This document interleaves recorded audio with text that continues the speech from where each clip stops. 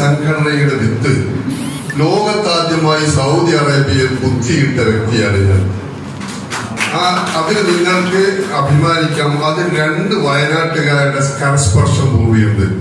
ഒന്ന് മീനങ്ങാടിയിലെ അബ്ദുഹാജി സൈദലവി ഹാജി. ഇവിടെ ഞാനായിരിക്കും ഏറ്റവും പ്രായം നൽകുകയാണ്. ഇതിനേക്കാളും പ്രായം 64 മുകളിലോട്ടുണ്ടാവും. ഇത്രയും എന്താണ് KMCC അല്ല, സമാധാനമുണ്ട്. 1977 ഓഗസ്റ്റ് 15-ന് 16-നാണ് ഞാൻ സൗദി അറേബ്യയിൽ എത്തിയത്. മക്കത്ത് ഹജ്ജ് കഴിഞ്ഞ് അവിടെ ജന്നത്തുൽ മഅദയില് കബറ് കുഴിക്കലായിരുന്നു കുറെ ദിവസം ജോലി. ഞാൻ ഇന്നും ഓർക്കാറുണ്ട്. കബറിങ്ങനെ കുഴിച്ച് 25 രൂപ റിയാൽ കുഴിച്ചിട്ട് താഴെ എത്തിയപ്പോൾ വലിയൊരു പാറയുള്ളത് ഞാൻ ഓർക്കാറുണ്ട്. ഇത് ആദാ മക്ബറത്ത് ഫുലാനോ ഫുലാനോ ഫുലാനോ എഴുതിയത് ഞാൻ ഇപ്പോഴും ഓർക്കാറുണ്ട്. ഞാൻ പ്രായിച്ച് അതിന് പോയി. അതിനുശേഷം വന്ന് ഒരു ഹോട്ടൽ 15 ദിവസം മക്കത്ത് നിന്നപ്പോഴേ 15 ദിവസം കഴിഞ്ഞപ്പോൾ മക്കത്തെ ഹറമിന്റെ മുറ്റത്ത് ഒരു ചന്ദ്രിക പത്രം ഒരാൾ വായിക്കുന്നത് കണ്ടപ്പോൾ എനിക്ക് തോന്നിയ ഒരു സന്തോഷം പലപ്പോഴും ഞാൻ ഓർക്കാറുണ്ട്. 50 വർഷക്കാലം, അതായത് ഞാൻ SSLC പഠിക്കുന്ന അന്ന് മുതൽ MSFന്റെയും മുസ്ലിം ലീഗിന്റെയും പ്രവർത്തകനായിരുന്നു. ആരുടെ മുമ്പിലും നിങ്ങൾ അപമാനിതരാകേണ്ടി വരില്ല. നമുക്കും നമ്മുടെ മക്കൾക്കും ഹോണറബിൾ എക്സിസ്റ്റൻസ്. ഇന്ത്യ രാജ്യത്തെ ഏതൊക്കെ സംഘടനകൾ എക്സിസ്റ്റൻസ് പറഞ്ഞാലും ഹോണറബിൾ എക്സിസ്റ്റൻസ് തരുന്ന ഒരു സംഘടന മുസ്ലിം ലീഗ് മാത്രമേ ഉള്ളൂ എന്നെന്റെ സുഹൃത്തുക്കളെ പഠിപ്പിക്കാൻ ഞാൻ ആഗ്രഹിക്കുകയാണ്. അതുകൊണ്ട് മുഹമ്മദ് സാഹിബിന്റെ പ്രസംഗമാണ് നമ്മൾ പ്രതീക്ഷിക്കുന്നത്. കൂടുതൽ പറയുന്നില്ല.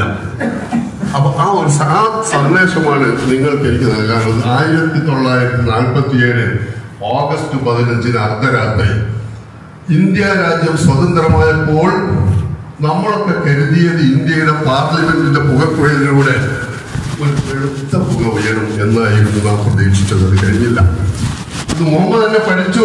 ഇന്ത്യ സ്വതന്ത്രമായപ്പോൾ ഇന്ന് ഒരുപാട് ആളുകളെ കൊന്നില്ല. ഇന്ത്യയിൽ നമ്മൾ പറഞ്ഞ എത്രയാൾ മരിച്ചു, എത്രയാൾ ഭവനരഹിതരായി എന്നൊക്കെ നാം പറയാറുണ്ടായിരുന്നത്. ഇന്ത്യ രാജ്യം സ്വതന്ത്രമായപ്പോൾ 5 ലക്ഷം ഇന്ത്യൻ മുസൽമാന്മാർ കൊല്ലപ്പെട്ടു.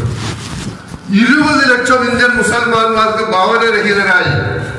അന്ന് പഞ്ചാബിന്റെ അതിർത്തികൾ കടന്ന് പാകിസ്ഥാനിലേക്ക് കടന്നുപോയ ഓടിപ്പോയ തീവണ്ടി ഭോഗികളിൽ പാവപ്പെട്ട ഇന്ത്യൻ മുസൽമാന്റെ കബദ്ധങ്ങൾ നിറച്ചു വാതിൽ പൊട്ടിയടച്ചുകൊണ്ടായിരുന്നു പോയത്.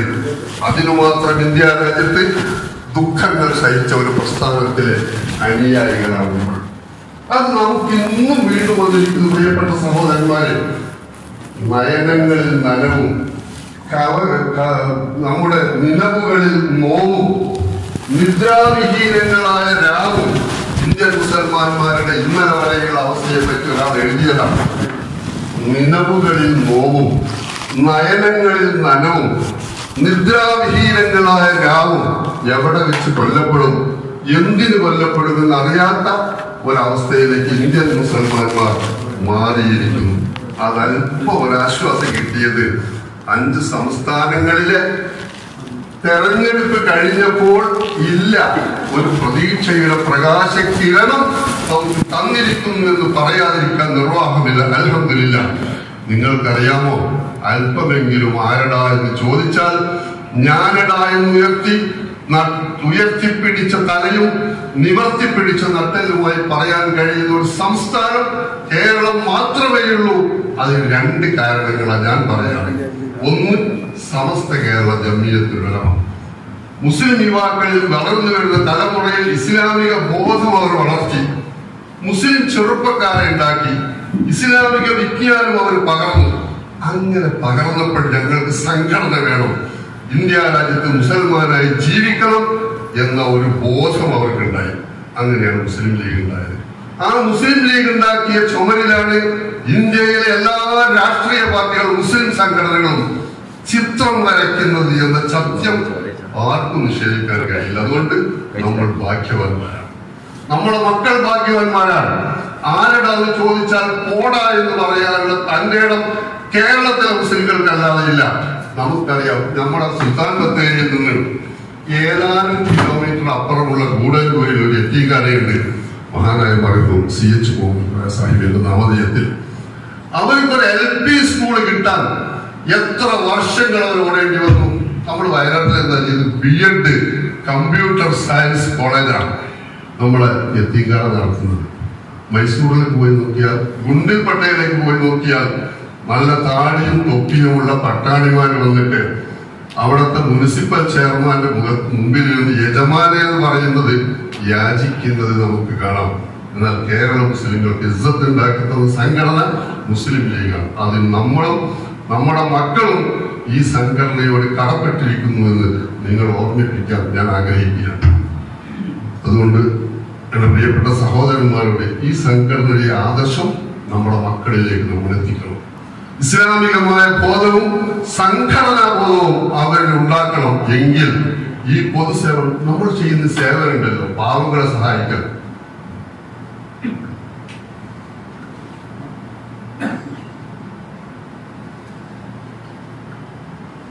അതിന്റെ പ്രത്യേകത എന്താണെന്നറിയോ? ഒരാൾ യഥാർത്ഥ മുസ്ലിമായി തീരാൻ വേണ്ട മാർഗം എന്താ? നിസ്കരിക്കല, നോമ്പ് തോൽക്കല, ഹജ്ജ് ചെയ്യല, ഒന്നുമല്ല. എന്താ പറഞ്ഞത്? ഖുർആനിൽ 23ഓളം സ്ഥലങ്ങളിൽ നമസ്കാരത്തെ പറ്റി പറഞ്ഞ സ്ഥലത്തൊക്കെ രണ്ടാമത് പറഞ്ഞത് എന്താ പറയുക? സദഖ. അതെന്തൊക്കെ? അലിഫ് ലാം മീം ദാലിക്കൽ കിതാബു ലാ റൈബ ഫീഹി ഹുദൻ ലിൽ മുത്തഖീൻ അല്ലദീന യുമിനൂന ബിൽ ഗൈബി വയുഖീമുസ് സ്വലാത്ത വമിമ്മാ റസഖ്നാഹും യുൻഫിഖൂൻ. അവർ മുഅ്മിനീങ്ങൾ എന്ന് പറഞ്ഞാൽ അവർ നമസ്കാരം നിലനിർത്തും, നമ്മൾ അവർക്ക് കൊടുത്തതിൽ നിന്ന് അവർ ചെലവഴിക്കുകയും ചെയ്യും. മരിക്കുന്നവർ എന്താ പറയാ? നമ്മൾ കേട്ടിട്ടില്ലേ? ലൗലാ അൻ അഖർതനീ ഇലാ അജലിൻ ഖരീബ് ലഅസദ്ദഖ വഅകും മിനസ് സാലിഹിൻ. പടച്ചോനെ, ഞാൻ മരിക്കാൻ പോവാണ്, എന്നാൽ ഒരല്പസമയം കൂടി എന്നെ നീ ഇങ്ങ് അവശേഷിപ്പിച്ചിട്ടാൽ ഞാൻ നിസ്കരിച്ച് രാവിലെ മുതൽ രാത്രി വരെ നിസ്കരിച്ച് മുസ്ലിം ആയിക്കോളാന്നല്ല മരിക്കുന്നവർ പറയാം. ഞാൻ ഹജ്ജ് ചെയ്ത് മുസ്ലിം ആയിക്കോളാന്നല്ല പറയാം. ലൗലാ അൻ അഖർതനാ ഇലാ അജലിൻ ഖരീബ്, ഒരല്പസമയം കൂടി എന്നെ നീ പിന്നിട്ടിടുകയാണെങ്കിൽ റബ്ബേ ലഅസദ്ദഖ, നീ എനിക്ക് തന്ന സർവ്വതും സദഖ ചെയ്തിട്ട് വഅകും മിനസ് സ്വാലിഹീൻ, ഞാൻ സാലിഹീങ്ങളിൽ പെട്ടോളാം. അത് ചെയ്യുന്ന സംഘടനയാണ്. നമ്മൾ പാലത്തിന് വേണ്ടിയല്ല, നാട്ടിൽ പഞ്ചായത്ത് ഉണ്ടാക്കാൻ വേണ്ടിയല്ല, റോഡിന് വേണ്ടിയല്ല. നമുക്ക്, എനിക്കറിയാം, ഞാൻ ഞങ്ങളൊരു സപ്ലിമെന്റ് ഇറക്കി. ആ സപ്ലിമെന്റിന്റെ പ്രൂഫ് ഞാൻ എഴുതി ഉണ്ടാക്കിയിട്ട് ബാബുമക്ക ഒരു റൂമിൽ വെച്ചിട്ട് ഒരു ഗൾഫുകാരന്റെ ജീവിതം ഞാൻ ഇങ്ങനെ വിവരിച്ചു. അവന്റെ പ്രശ്നങ്ങള്, വീടുണ്ടാക്കണം, പെങ്ങളെ കെട്ടിക്കണം, അനിയനെ ഇസക്ക് കൊണ്ടുവരണം, വരുമ്പം വാങ്ങിയ പണയം വെച്ച പൊന്നെടുക്കണം, ഇതിന്റെ ഒക്കെ പറഞ്ഞ് സഹായിക്കണം എന്ന് പറഞ്ഞപ്പോൾ നമ്മുടെ മീനങ്ങാടി അധ്വാനികൾ വരികയുണ്ടാവില്ലേ, ഞാൻ ഉറക്കിയത് പൊട്ടിക്കരഞ്ഞു. നല്ല ഇഖ്ലാസുള്ള ഒരു ഭീകരണം. അപ്പൊ അതുപോലെ 100,000 പ്രശ്നങ്ങൾക്കിടയിൽ തന്റെ സമുദായത്തിലെ പാവപ്പെട്ടവന്റെ കണ്ണീരൊക്കുന്ന കൈലേസെടുക്കുന്ന ലോകത്തെ ഏക സംഘടന അത് നമ്മളാണ്. നമ്മൾ സാലിഹ്യങ്ങളായി തീരും. നമ്മൾ സൗദിയിലെത്തി നമ്മളൊക്കെ അതിനേക്കാൾ വലിയ ഭാഗ്യവന്മാരാണ്. നമ്മളിവിടെ എത്തി. നമ്മൾ എവിടെ ഞാൻ ജീവിതത്തിൽ ഏറ്റവും ആഹ്ലാദിച്ച ഒരു സമയം കൂടി പറഞ്ഞുകൊണ്ട് അവസാനിപ്പിക്കാം. മുദൈഫിന്ന് ഞാനൊരു ഹൈലുക്സിൽ കയറി വരുമ്പോ ഇയാൾ എന്നോട് ചോദിച്ച് ഇൻടമിൻ ഫാൻ, ഞാൻ പറഞ്ഞു മിനൽ ഹിന്ദ് ഫാൻ, ഞാൻ പറഞ്ഞു മിൻ കേരള കംസനഹീന. ഞാൻ 20 കൊല്ലം കുറച്ചിട്ട് 20 സ്ഥലം പറഞ്ഞു. അപ്പൊ അയാൾ പറഞ്ഞു വല്ലാഹി ഇൻത ഖസറാൻ, നീ നഷ്ടപ്പെട്ടവനാണ്. നിന്റെ 20 വർഷം നീ ഇവിടെ ചെലവഴിക്കുകയോ നീ നഷ്ടമാണ്. ഞാൻ ചോദിച്ചാൽ എന്താണ്? അപ്പൊ അയാൾ പറഞ്ഞ് കഴിഞ്ഞ റമദാനിൽ ഞാൻ കേരളത്തിലായിരുന്നു കോട്ടക്കൽ എന്ന് പറഞ്ഞ സ്ഥലത്തായിരുന്നു. എന്റെ ബാപ്പയെ ഒഴിയിക്കാൻ വേണ്ടി കോട്ടക്കൽ കൊണ്ടുപോയതാ. അവിടെ ചെന്നപ്പോ ഞാൻ ആ റമദാനിൽ അടുത്തുള്ള ഒരു പള്ളിയിൽ ചെന്നപ്പോ മാഷാ അല്ലാഹ് മിൻ 6 ഇലാ 60 യുസല്ലൂന വയദ്റൂന വയദ്കുറൂൻ. 6 വയസ്സ് മുതൽ 60 വയസ്സ് വരെയുള്ള വൃദ്ധന്മാര് അവർ നിസ്കരിക്കുന്നു, ദിക്ർ ചെല്ലുന്നു, തഹ്ലീൽ ചെയ്യുന്നു, അല്ലാഹുവിനെ ആരാധിക്കുന്നു. എനിക്ക് കണ്ടിട്ട് അത്ഭുതം തോന്നി. എന്റെ അഭിപ്രായത്തിൽ അയാൾ എന്നോട് പറഞ്ഞു എന്താണെന്നറിയോ? അൽ ഇസ്ലാം വുലിദ ഹിന വറബ്ബുൽ മസ്രി വൽആൻ യഈശുൽ ഇസ്ലാം ഫീ കേരള. എന്റെ രോമം എങ്ങനെ എടുത്തു പിടിച്ചു പോയി. ഇതൊക്കെ സഹോദരന്മാരെ, ഇസ്ലാം പ്രസരിക്കപ്പെട്ടത് ഇവിടെയാണ്. മസ്രി, അതിന് വളവും വെള്ളവും നൽകി വളർത്തിയത് ഈജിപ്തുകാരാണ്. ഇസ്ലാം കേരള, ഇപ്പൊ കേരളത്തിലെ ഇസ്ലാം ഉള്ളൂ. ഞാൻ കുറെ നേരം വിട്ടാതിരുന്നു, അതുകൊണ്ട് പറഞ്ഞോളം മുസ്ലിം ഒന്നോട് പറഞ്ഞ വേറെ കേൾക്കണോ?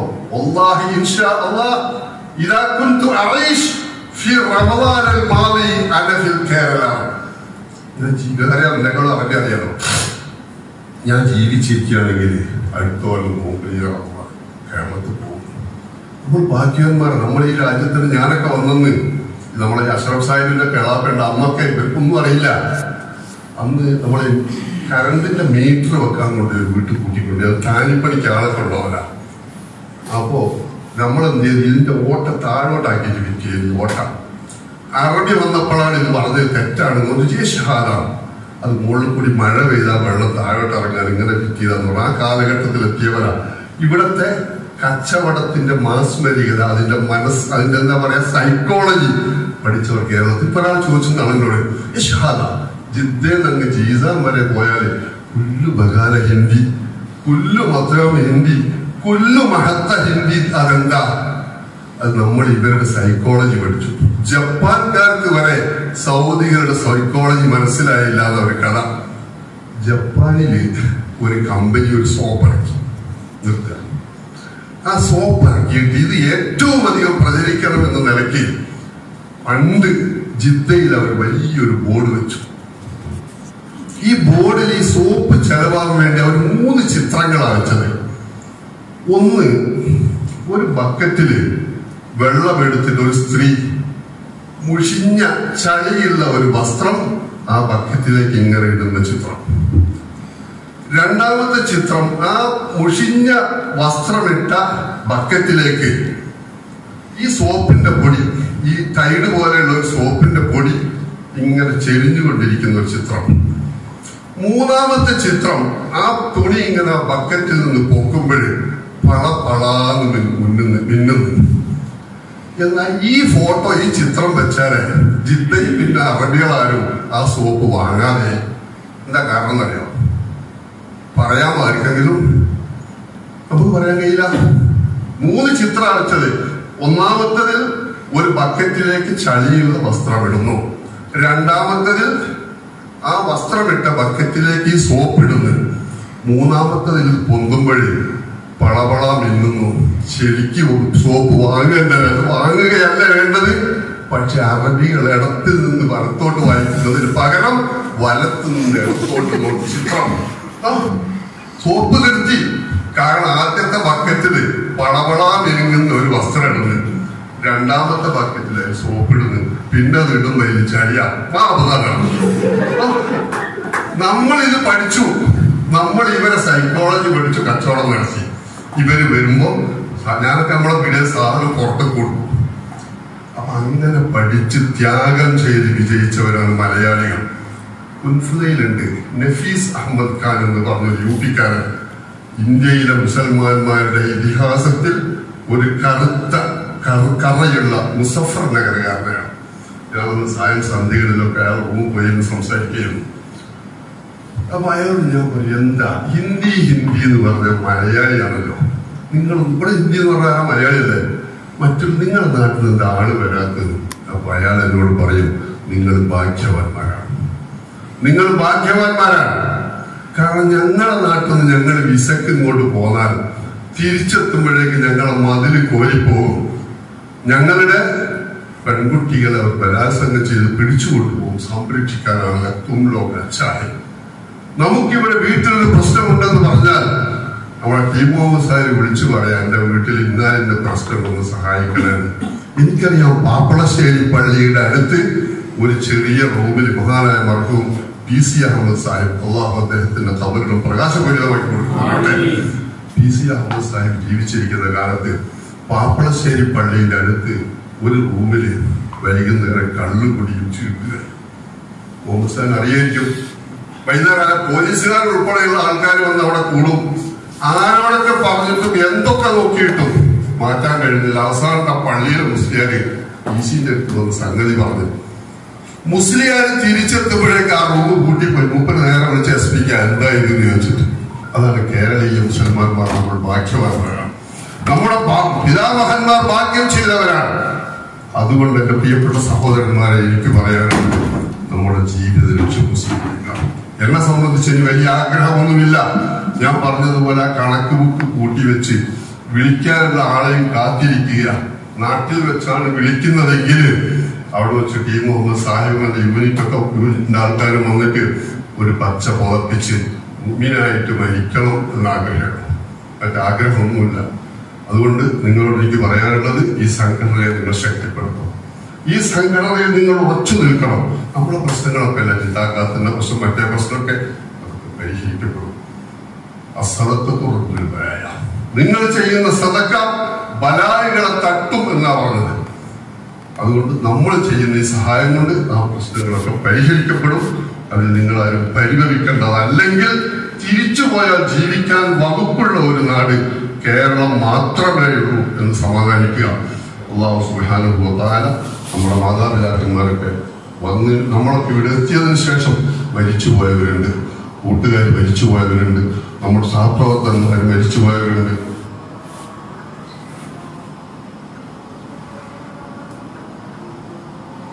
അവരുടെയൊക്കെ പാപങ്ങൾ അല്ലാഹു സുബ്ഹാനഹു വ തആല പുറത്തു കൊടുക്കുമാറാവട്ടെ. അവരുടെയൊക്കെ ഖബറ് അല്ലാഹു പ്രകാശപൂരിതമാക്കി കൊടുക്കുമാറാവട്ടെ. എന്നെ സംബന്ധിച്ച് പറഞ്ഞാല്, ഒരാൾ പാടിയല്ലോ, പാണ്ഡൻ നായുടെ പല്ലിന് ശൗര്യം പണ്ടേ പോലെ ഭരിക്കുന്നില്ല എന്ന് പറഞ്ഞു. പണ്ടൊക്കെ നന്നായി പ്രസംഗിക്കായിരുന്നു. ഇപ്പൊ കുറെ കാലം പ്രസംഗിക്കാറില്ല. പിന്നെ ഈ ശബ്ദത്തിന്റെയും ശ്വാസത്തിന്റെയും ഒക്കെ ബുദ്ധിമുട്ട്, എന്താ പറയാ, സുവർണ മറ്റേ ഗോൾഡൻ ജൂബിലി, സ്വർണ്ണ ജൂബിലി ഒക്കെ കഴിഞ്ഞ് അള്ളാഹു ഇങ്ങനെ ഏറ്റി തരിക. അതെന്തോ ചെയ്യുന്ന അള്ളാഹു ഫി അബ്ദിൽ അബ്ദി മാ കാന അബ്ദു ഫി അവനി അഖി. എന്റെ ജീവിതത്തിൽ കിട്ടിയ ഏറ്റവും വലിയ ഒരനുഭവം, ഒരു സ്നേഹം. ഞാനും ഇന്ന് എന്റെ മനസ്സിൽ കൊണ്ട് നടക്കുന്നത് മഹാനായ മർഹൂം CH മുഹമ്മദ് കോയ സാഹിബ്.